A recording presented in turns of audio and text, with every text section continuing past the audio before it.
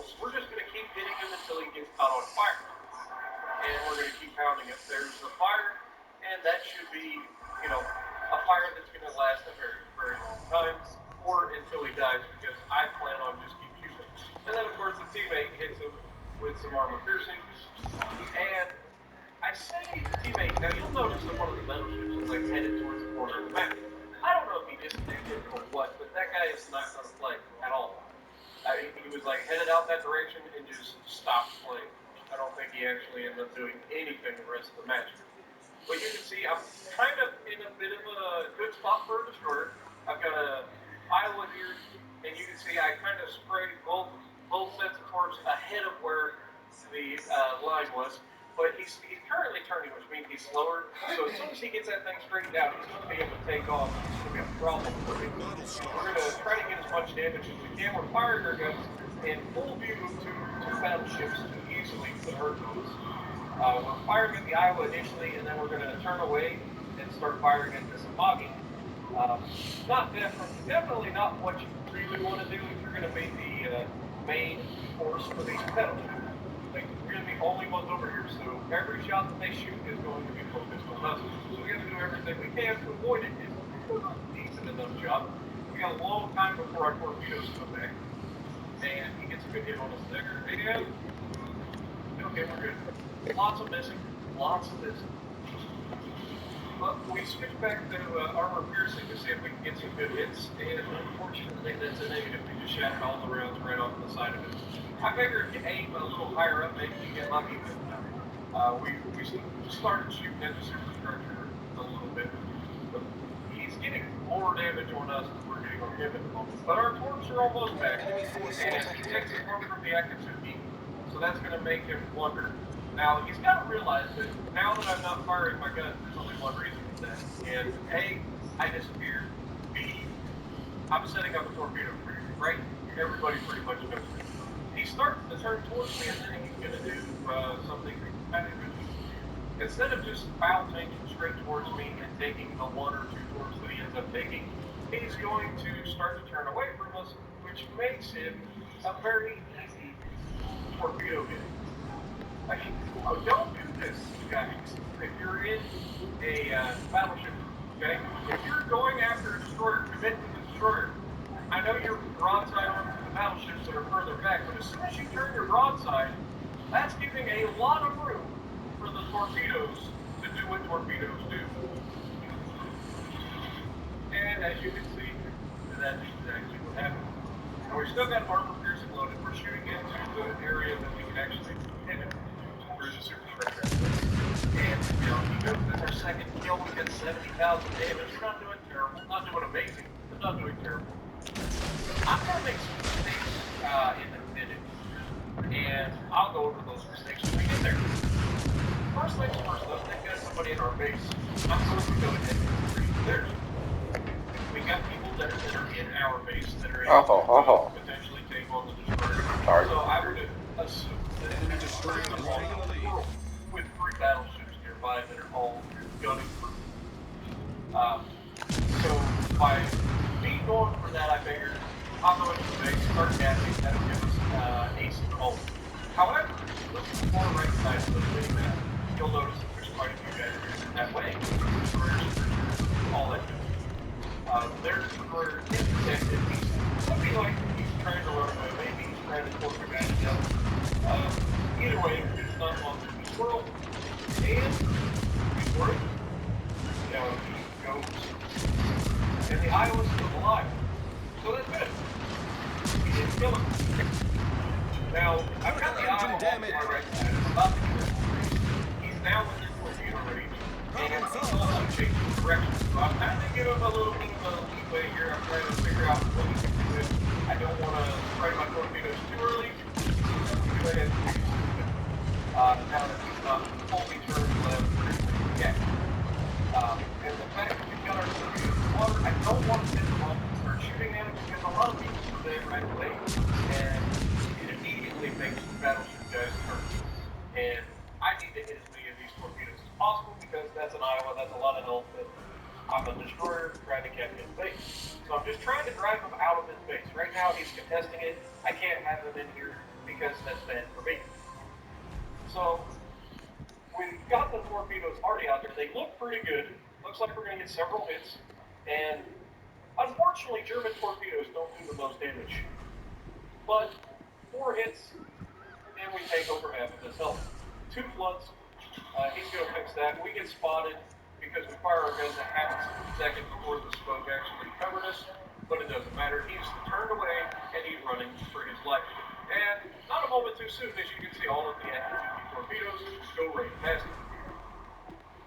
Now, right now, we've got me and the other Akatsuki, and the Akatsuki in the base captured. We should be able to win this as long as the Akatsuki doesn't do anything crazy and get himself shot to death, or shot a bunch. Considering the fact that he's in an Akatsuki and they are firing at him, that obviously means he's firing his guns from outside of the ability to be protected. Like he's outside the smoke screen that I have set right here, and he's just firing his guns, which means they're resetting the base. Also, if you notice, there was some incoming fire from a cruiser, obviously, from that right side. And that cruiser is going to come up and he's going to radar me.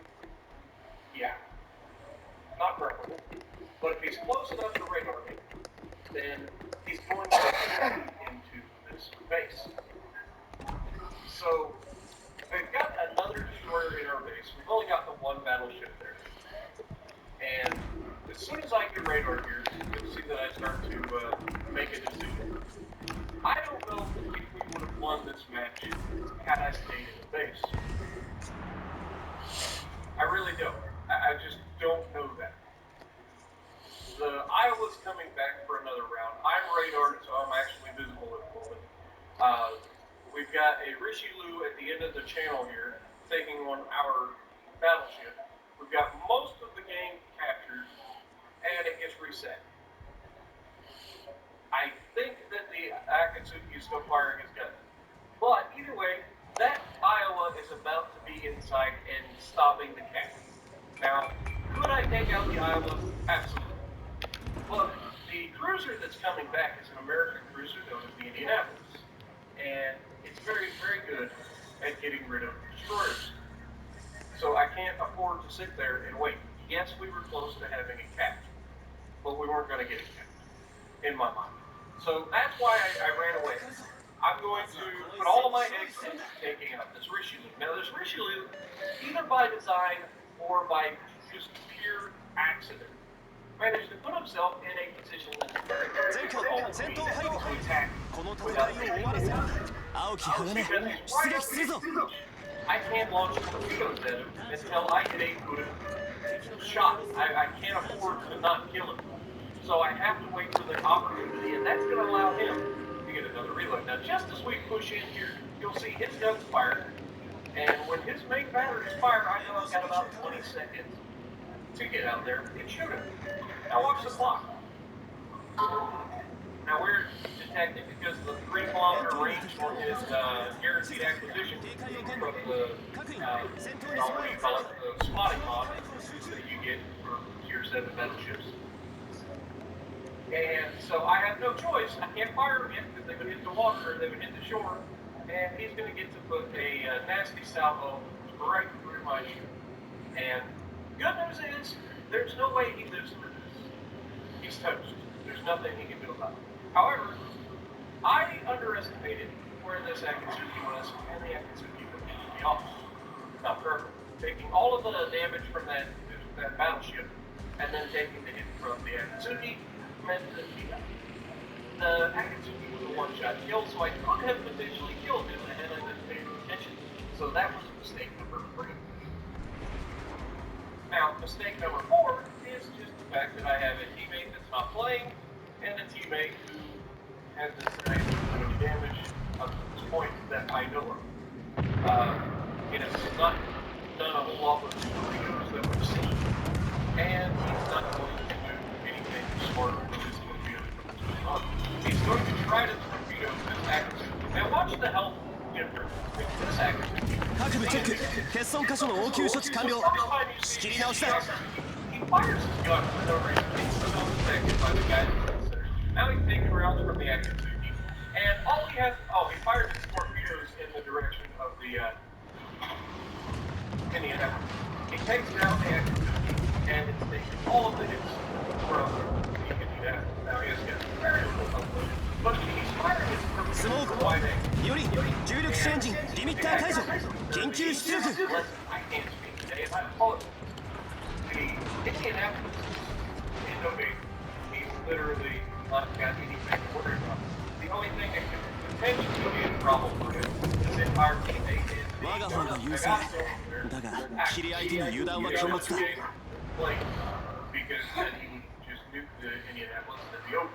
But unfortunately for us, it does not happen. We ended the game with 94 hits with our guns, and I think we got a decent amount of damage with our guns. 12 torpedo hits, 7 flooding, and 3 kills. Not bad. 146,000 damage. I'm getting better at the destroyer thing. I still need to learn certain. 俺たちの勝利は目前だ I'm not great 作 at 戦通りだな where the enemy's gonna go once they realize that I'm there. So I missed a lot of torpedoes. But yeah, you can see I'm kind of looking to see what's going on, and he just I think he disconnected. So may not even be his fault. But whatever the case, we were a man down from the get-go, and we ended up losing the match because could I have done more? Let me know in the comments below what you guys think. If you like what I'm doing, you guys know what to do. Punch the like button below. Leave a comment below. Subscribe to the channel if you haven't already. And as always, I will see you in the next video.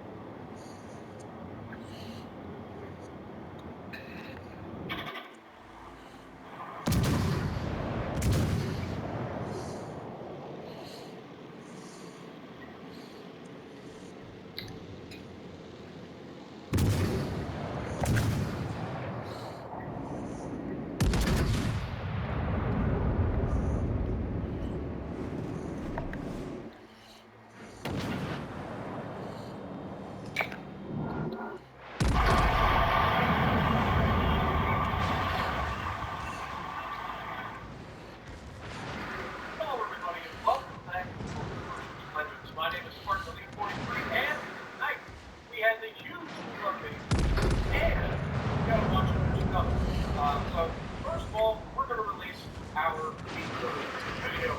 That's where you are right now. Real quick now, as you can see here, you see the ashes laying between the commanders. Now, keep in mind, as a contributor warning, there's loaded all of this stuff. The self-pass and all of the ashes laying commanders, so you can check them out. I'm going to do a commander video as well. There you guys. Just to go over each of the characters and their chat. So, without further ado, now I will say this, in the video you're going to see me in the hood using 俺たちの勝利は目前だ作戦通りだな that build in particular, go to any of my other any of the bridge mounted ships. In other words, like Meet the Vanguard is probably the most relevant. So you want to check out that build at the beginning of that video. But we want to go over the commanders for this. As you can see, we have the HMS Hood. We have torpedo charter. We have flammable cannoneer, gyrating drill bit. By the way, these are two perks that I've used on my engine coming in. I like these commanders because they kind of give you the best of both worlds. I have one commander that has both dispersion and accuracy plus tanking, which is amazing. So highly recommend if you get these kind of commanders because you're not going to get all of the skills that you get now. Obviously, you're not going to get all of them. Normally, on my first build, I would choose marksmanship here, but this is a very good perk here as well. And it's a special one, Royal Navy's Glory. Increases the speed of your battleship and reduces the reload time of the damage control party with no negatives. That is a fantastic perk for a battleship. There's no negatives. You go faster, and your damage control reloads faster. Can't argue with it. Now, for the last perk here, we have Master Mechanic, which gives you an extra repair party charge. Increases the amount of HP you can recover and reduces the reload time of your repair party as well.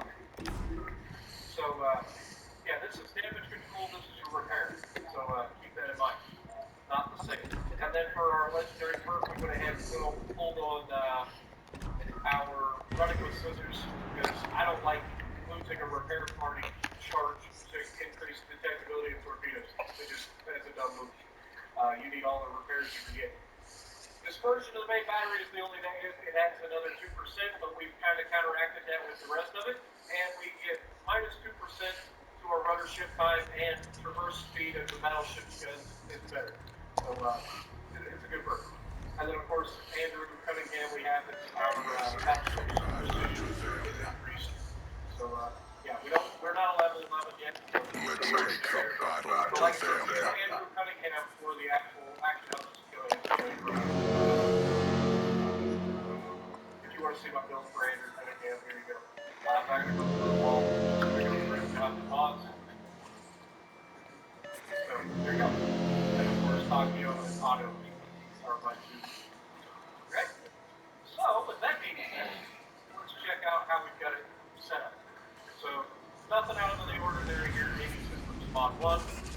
We've got proposal on. I'm Optimus Prime, leader of the Autobots. You can change any of these out. Autobots, roll out. It's not guaranteed right here. This is the one perk, like, you can change this out of this. Because of your playstyle, I prefer to get moving sometimes in my battleship, so propulsion mod is save my partner so many times. Anyway, now if we go to loadout, I don't have anything on here. You can see it's got some premium camos. That's what it comes with if you buy it. I've got my Alpha Test Flag on there. You can see it comes with 4 repair parties, which is amazing because of the extra ammo we get. And then 2 sonar uses. Yes, it's a battleship with sonar, which is amazing. I can detect ships 4.2 kilometers, which isn't bad. It's not amazing. It's not Enemy destroyer sighted. Actually, torpedoes up to 3 kilometers away. Not too bad. Now, survivability, 67,700 hit points. It has a lot of hit points. But those hit points get chewed up really quickly when you're in a fight with other battleships. Because the armor isn't that thick. It's a battleship. It's not an actual battleship. Yes, it's like a battleship in the game. But in all actuality, it was a battle cruiser and an old battle cruiser in that. It's most famous for the battle where it was sunk, not sunk, but exploded by Bismarck. And if you don't know that story, I encourage you to look it up. I think there were only 3 people that escaped alive. So, definitely a tragedy. But that's kind of things that happen. You don't get on a battleship when you're fighting with the battleships. And assume they don't use everything all the time. It was an unfortunate ammo navigation and the ship was coming. Everybody 37.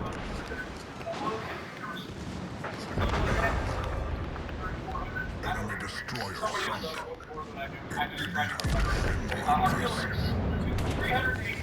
381 millimeter guns. I believe they just 20 points that you get on the field. And they were fantastic. These are a lot of work. Hull breach. We're taking on water quickly. Unlike most battleships for the British Navy, this and the Elizabeth are both fantastic for their repairs. So that's a good thing. Fires out to 16.8 kilometers, has a decent reload at 27 seconds. Problem solved. Turrets rotate as well. Maneuverability, as you can see, quick plus 30.7 knots. That's great for the Iowa. Probably faster than most pilots if they go to the full dispersion. And they end up to like 26, 27 knots. The turning circle, not the greatest. It's not terrible, but it's not the greatest. And the concealment is, I mean, it's a battle. It's a little better than battleships. Worse than battleships. Obviously, above average maximum speed. We'll put over that. Level 8, above average speed battery reverse speed. What I'd say is that reverse turret is actually decent. I like it. Compromising high caliber AP shells may overfit the armor, but may still arm depending on shell velocity. This I disagree. Jim, I think they kind of smacked that over the thing. Our team has taken the lead. Neither impossible nor impassable. But these armor piercing shells almost always detonate when they penetrate. Especially cruisers who think that they can get away with it. These things will wreck you. Do not sleep on this ship. Victory is in I sight. promise you. Let's There will finish regret this it. fight once and for all. Especially if the person is firing AT. The fastest battle has long remained the largest and one of the most powerful ships in the Royal Navy. The ship was built based on the experience gained Our victory is in sight. unlike later Let's battles, finish this fight once and for all. protection.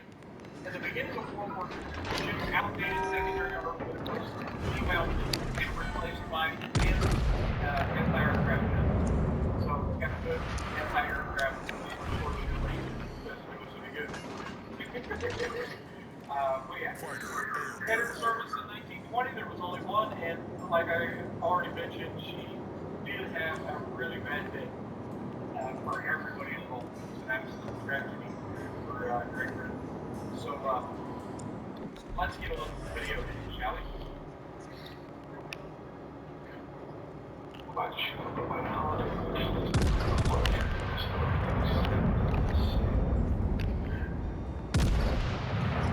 All right. So we all know, or at least most of us know, that the Hood was sunk by the Bismarck. It was actually sunk by the Bismarck and the Prince Eugen. The British squadron spotted the Germans at 5:37 a.m. But the Germans were already aware of their presence. Prince Eugen's hydrophones having previously detected the sounds of high-speed propellers to their south and east. The British opened fire at 5:52 a.m., with Hood engaging Prince Eugen, the lead ship in the German formation. And the Germans returned fire at 5:55 a.m., both ships concentrating on Hood. Prince Eugen was probably the first ship to score when a shell hit Hood's boat deck between her funnels and started a large fire among the ready-use ammunition for the anti-aircraft guns and rockets of the UV mounts. Just before 6 a.m., while Hood was turning 20 degrees to port to unmask her rear turret, she was hit again on the boat deck by one or more shells from Bismarck's fifth salvo, fired from a range of approximately 16,650 meters. Those of us who use yards, it was about 18,210 yards. A shell from this salvo appears to have hit the spotting top as the boat deck was showered with body parts and debris. And you can just imagine the gruesome nature of that as a ridiculous statement. A huge jet of flame burst out of Hood from the vicinity of the main mast, followed by a devastating magazine explosion that destroyed the aft part of the ship. The explosion broke the back, and the last sight of the ship, which sank in only 3 minutes, was her bow nearly vertical in the water. Hood sank stern first with 1,418 men aboard. Only 3 survived. Ted Briggs, Robert Tilbury, and William John Dunn were the 3 rescued 2 hours after the sinking, which spotted substantial debris with the bodies. So of the, what do we say it was? Crap, I already missed it. 1,418 men aboard, only 3 survived. That's an incredible tragedy. So that's why I wanted to go into the history a little bit. I know I don't normally do that, but I figured we have a little bit of time before the video really gets rolling anyway. So I wanted to give you guys, for those of us who aren't necessarily the historical guys that are out there, I wanted to give this shit to you know what I mean? I don't normally do that. If you guys like this sort of thing, let me know. I'll try to do more of it in the future. For, you know, obviously for historical ships, I can't really do that if it's a ship that was like model but never actually, you know what I'm saying. So let me know if you guys like to hear a little bit of the backstory. Obviously the Hood, I didn't do it for the Arizona, but we kind of all knew about the Arizona a little bit, so that's, you know, there's not a whole lot to say other than the fact that some people are aware of it. Like, the Hood is one of those ships that it's just, it was such a tragedy and such a historically prominent ship and a prominent catastrophe that everybody has heard about at some point. If you're into any sort of naval history, whatever, probably heard of it. So, I just wanted to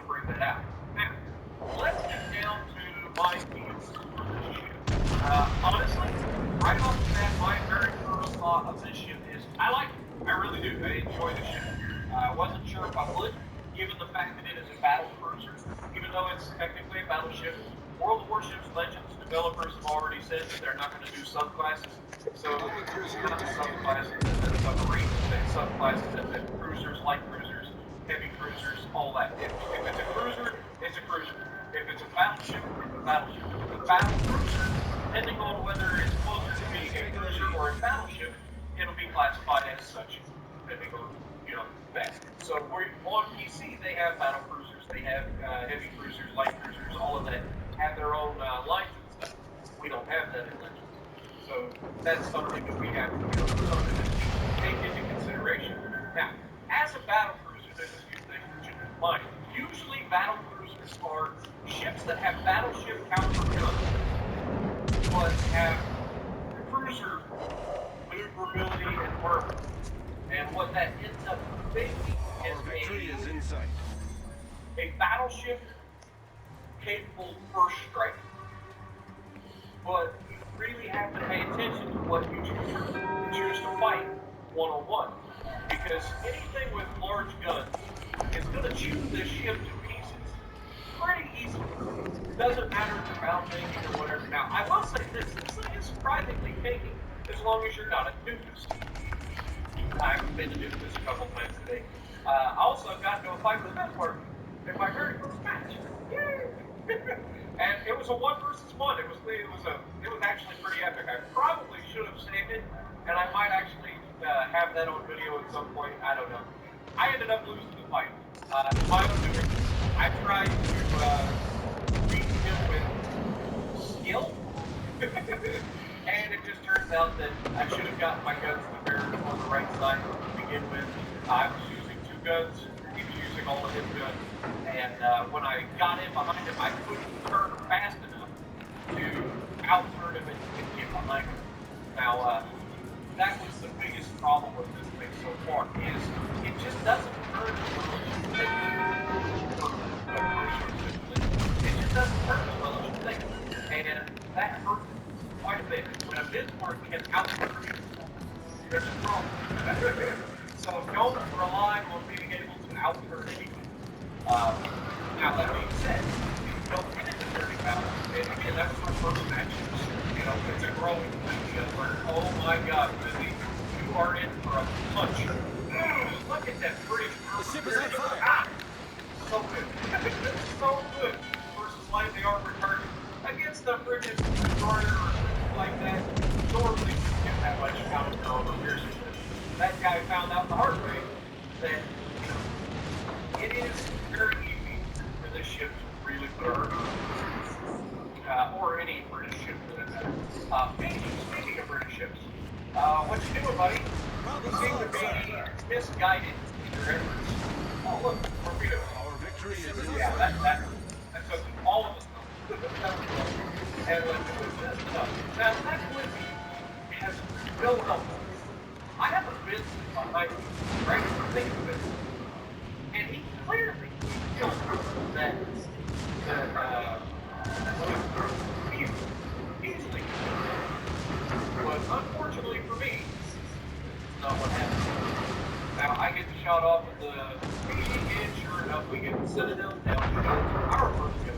And we've done alright, 37,000. We're under level, like we are bottom tier, so you gotta take what you get. Speaking of the Bismarck, oh God, he's already fired! Okay, we're fine. We're fine. As long as this doesn't turn out to be Bismarck getting the lucky hit that it got in real life, we'll be fine. And we get our first salvo off, and you can see just how dangerous the armor piercing really is for this thing. Did 8,000 damage there, 3 penetrations, only 1 ricochet. This thing doesn't Citadel battleships like you would hope. It does a miraculous job of cruising, which is why I say it probably has the same short fuse situation that most British armor piercing suffers from.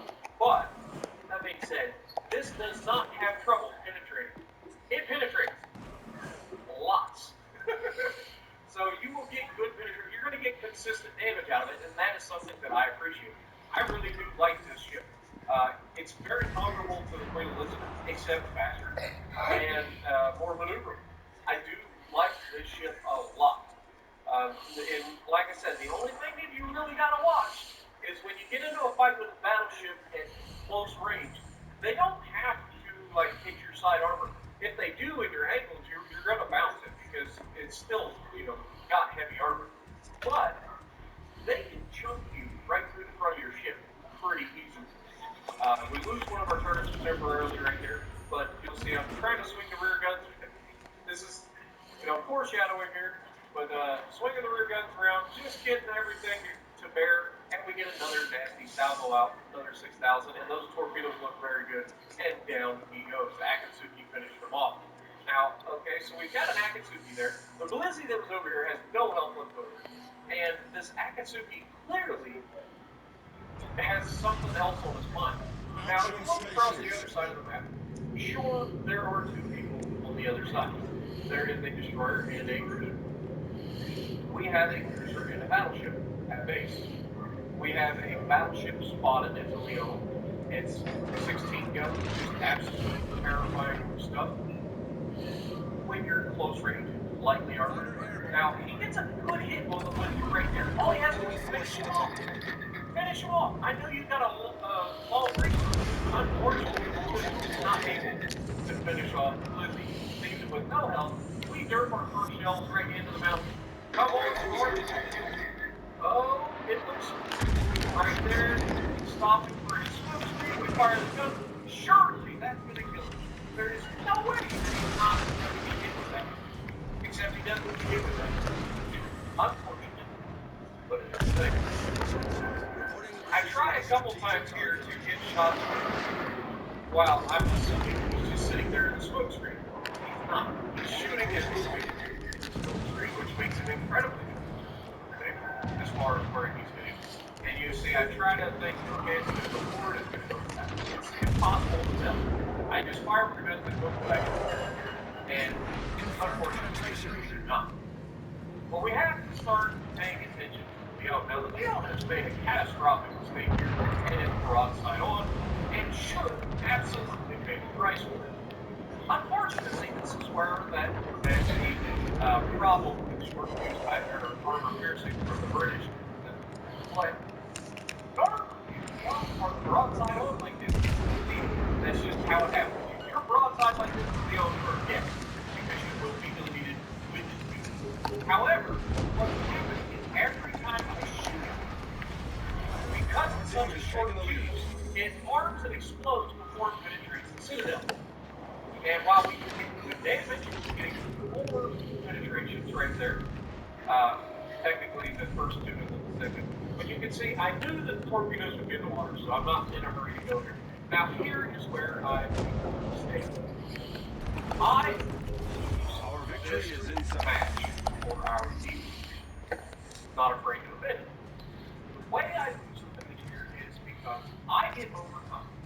This Leon has shown me the broadside part of the top. I am still pretty confident that we could take 2 chase this guy down. At this range, it should be Citadel City for him.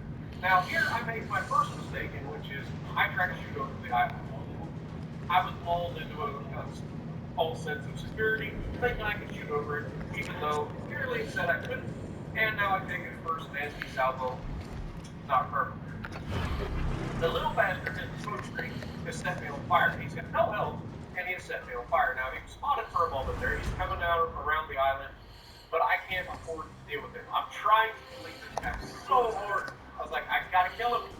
And unfortunately, I don't kill him. Now, I have 9,500, and then the worst thing ever happened. His secondaries are going to set 2 fires after I just burned my damage control. Really? I've said it before, I'll say it again.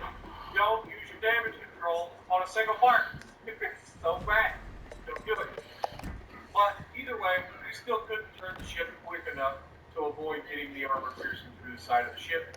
We'd have burned to death, but we may have gotten another salvo off. Unfortunately, we didn't. And the friendly Abagi that we ran into at the beginning of the match, or kind of ran into us and kind of hugged us for too long, he's defending the base. He's got 1 kill and was dead. And all he has to do is not die. Right? Just don't die. Pretty simple, except not so much. While he's being shot at with high explosives, he's got a good chance to kill this destroyer. And unfortunately, the Hipper absolutely wrecks him. He only had 2,400 health left, and the Hipper just took it all. But we did all right. We did 104,000 damage, top of the leaderboard, 1,800 XP, and a loss, which is pretty good. Not a bad ship. I highly recommend this ship. It's a very, very good ship, especially for the British side. You don't get too many good battleships on the British side, and this is one of them. So if you like the British and you like your battleships, I highly recommend it. So if you like what I'm doing, punch the like button, leave a comment below, subscribe to the channel if you haven't already, and as always, I will see you in the next video.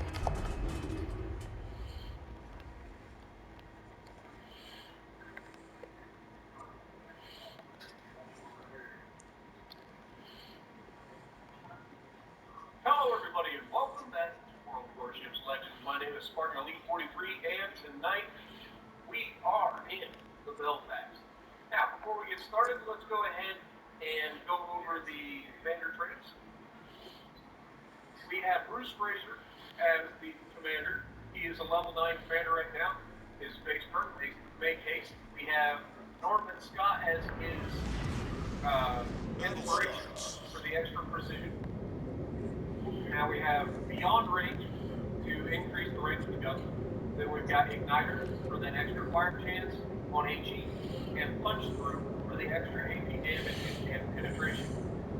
We also have Fixated, which is precision and this version of the main battery. And then of course we have a legendary perk 1 with extra consumables here. With that being said, go over to the upwards. Check out what I got. I've got aiming systems, steering gears, and the loadout. We can't change this, but that's what you got here. You've got sonar, which has a detection of 400. I think that's second only to the German. Could be wrong. German sonar can detect ships at 6 kilometers. It's got smoke. I'll go over the smoke unit. Sorry, I just smacked you guys in the mouth. I apologize. Or smacked you in the ear, I guess. With surveillance radar, you get it to 8.4 kilometers, which is a little bit low for radar, but not bad. 25 seconds regeneration, pretty much standard there. Reload that range, 13 seconds. I don't run any boosters at the moment. It's got the permanent camo that it comes with. And then of course my alpha vest. So it's got 35,700 hit points. I don't know. I haven't compared it to other ships, but it seems kind of low. So I have to let you know. It's got 4% torpedo damage reduction. Not very big torpedoes. Big torpedoes that are probably 20. Because it's the most agile class of the destroyer, and it's very difficult to work with the person. So, as long as you pay attention, The ship is on fire. We're going to do some of that in this match. Main battery armor. Don't count on your armor. Main battery. It's got 152 millimeter gun, which is fantastic. It really is. I'm really enjoying the gun. With all of our first everything from almost 16 kilometer range, 7.5 seconds reload. 7.5 seconds reload for a close range. That's great. 180 degree clear time per second. HE shell taking 2,111% chance to get fired. Not bad. Our team is taking the lead. Maximum AP shell damage is only 3,255. It's a small caliber gun, so your AP is not going to do a lot, even if you're still down. Secondaries, it's got some. That's about all you can say. They fire HEs in this, and they have a lesser 8% chance to set fire.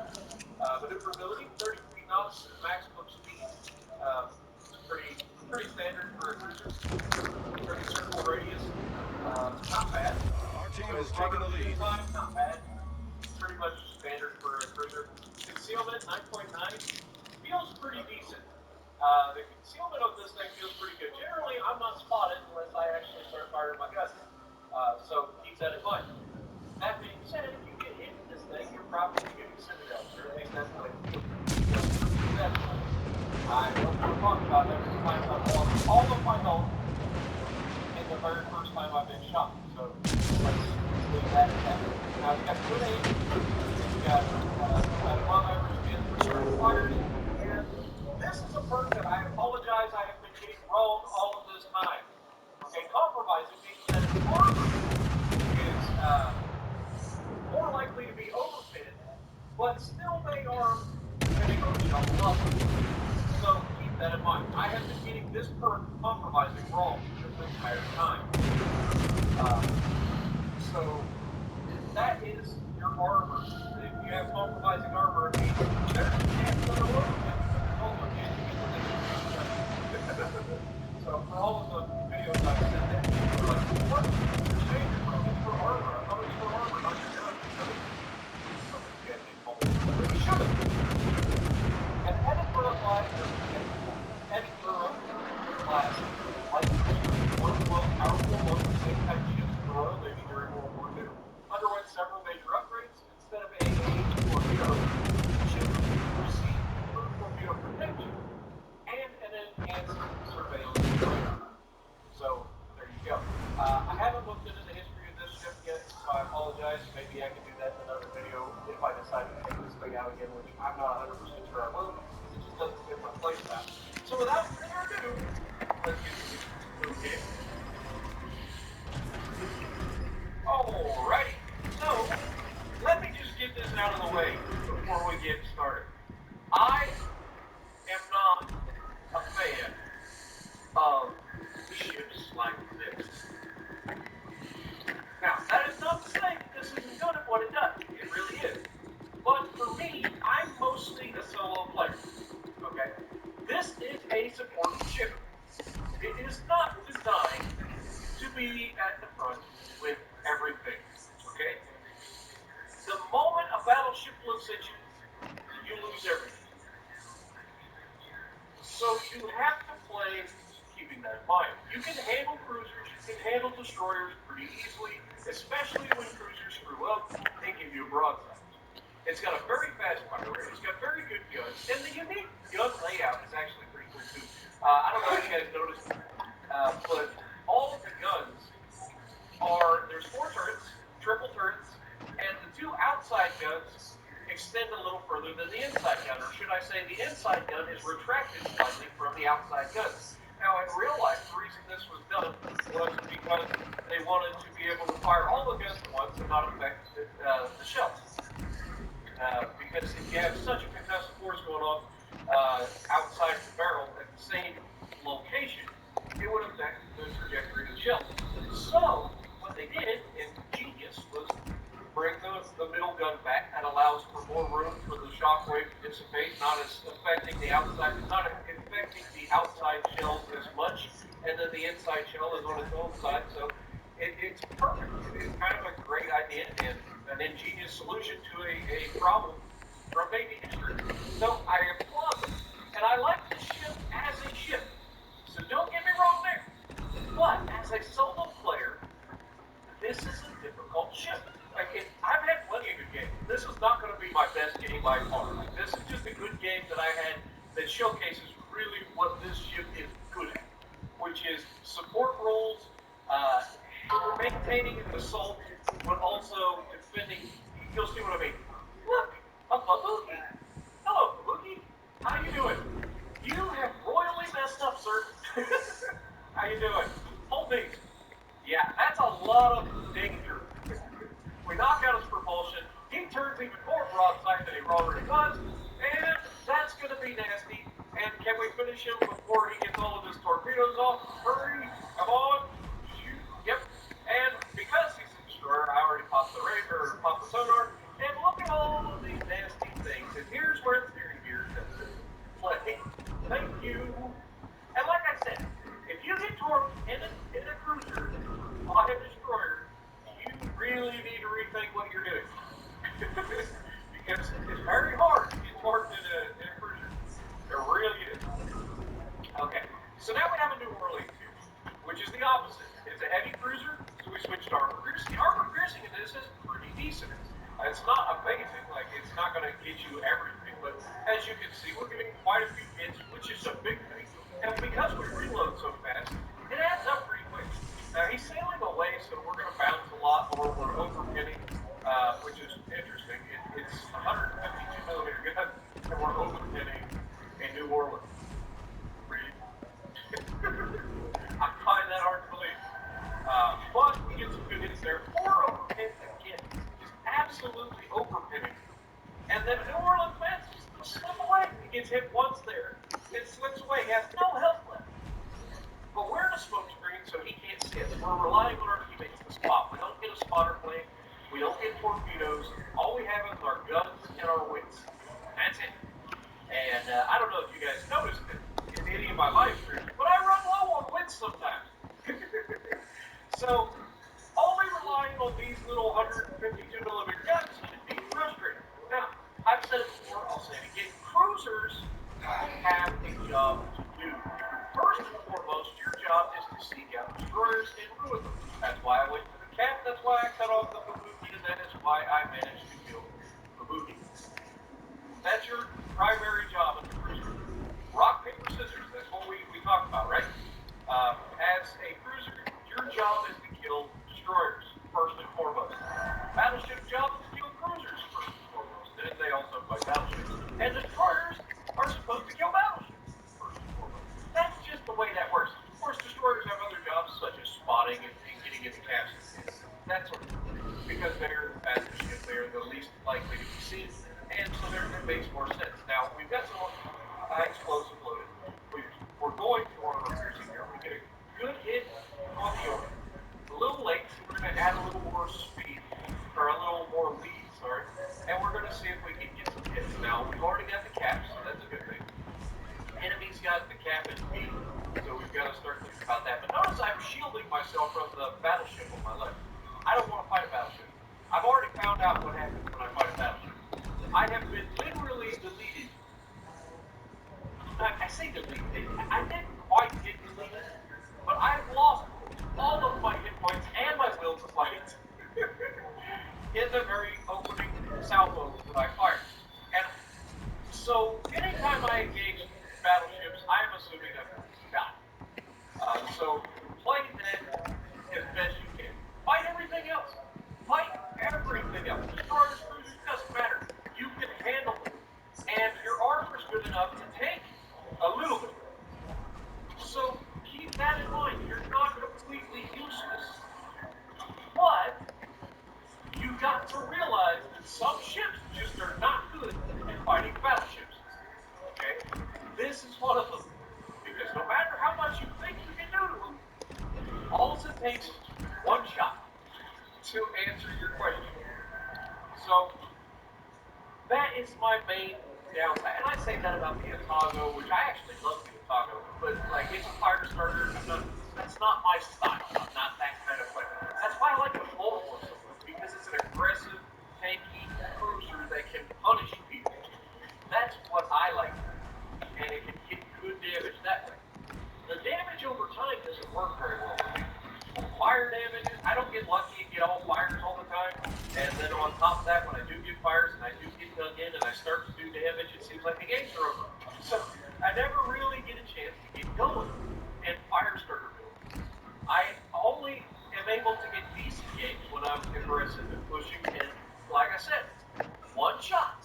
One lucky shot. Doesn't even have to be a good shot. It could be a shot that they shoot at you while you're going one way, and you turn the other way, and the dispersion screws you and just deletes you. That's just the way it works sometimes.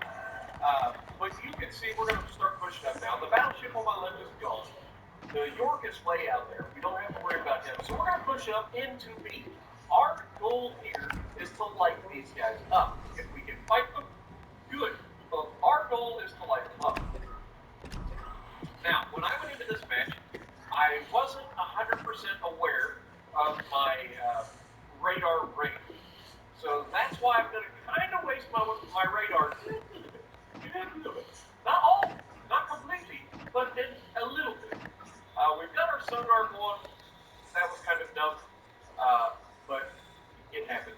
You sometimes, I haven't had an issue with all these multiple consumables, hitting which consumables on which thing, and I've screwed it up more times than I care to think about. And I hit the smoke when I'm trying to hit the sonar, or I hit the radar when I'm trying to. I screw everything up sometimes. But as we're pushing close here, that was one of them. I pushed the smoke instead of the radar. Now I used the radar, I'm close enough, and hello, sunshine. How you doing, man? Yeah, you are in a world of trouble, brother. And I don't think you quite respect how much trouble you were in.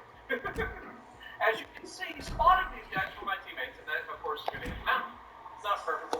And here I try to overthink it. I'm not going to lie. This was overthinking to the max. I'm like, okay, now that I've disappeared, I'm going to cut back, and I'm going to go around. And then I was like, you know what? No, I should probably just maintain course, come out the other side, and put a hurt over. The main hand is spotted again, and he's about to die. And as soon as he dies, the Fiji becomes everybody's attention. Now, there's only two people left. We've done all right. 43,000 damage and 152mm guns. Not bad. Got over 100 hits, and we've got some secondary hits and fires. We've done a little bit of everything. Capping bases now challenging the Fiji, and we've got armor piercing loaded. Are we going to be able to put it to use? Waiting for it. Oh my god. You are dead. Gone. There's no way you survive that from this range. I don't care what the size of the gun is. You have 127 to the Atlanta, it's still delete that guy. Of course, the 127 to the Atlanta delete most groups in that kind of range. One south of them. I'd hate to think of how many times I've done that to cruisers in my Atlanta. Had armor piercing loaded, they come around the corner and think, oh my god, I'm going to get into Atlanta, and just eat an entire wall of 127mm armor piercing, get 5, 6, 7 citadels, and just obliterate them. I've done that so many times. So, what I'm meaning to say about this is it's a good ship for what it is. If you play with divisions, if you play with other people on the regular, and you can support one another, this is a fantastic ship for that. The armor piercing's usable. It's not the most amazing, but it's usable, and we get the orbit range. The high explosive is usable. It's not amazing, but it's usable. And as a gunboat, it's fantastic. I like it. You just have to know your fights. You have to pick your fights. Use the smoke screen to keep yourself from getting lit up. Also, the other thing is your smoke screen is something I forgot to mention. Your smoke screen is very short duration as far as how long it takes to deploy. So you're only going to get like 2 circles of smoke. So you better darn sure have already slowed down when you pop that smoke.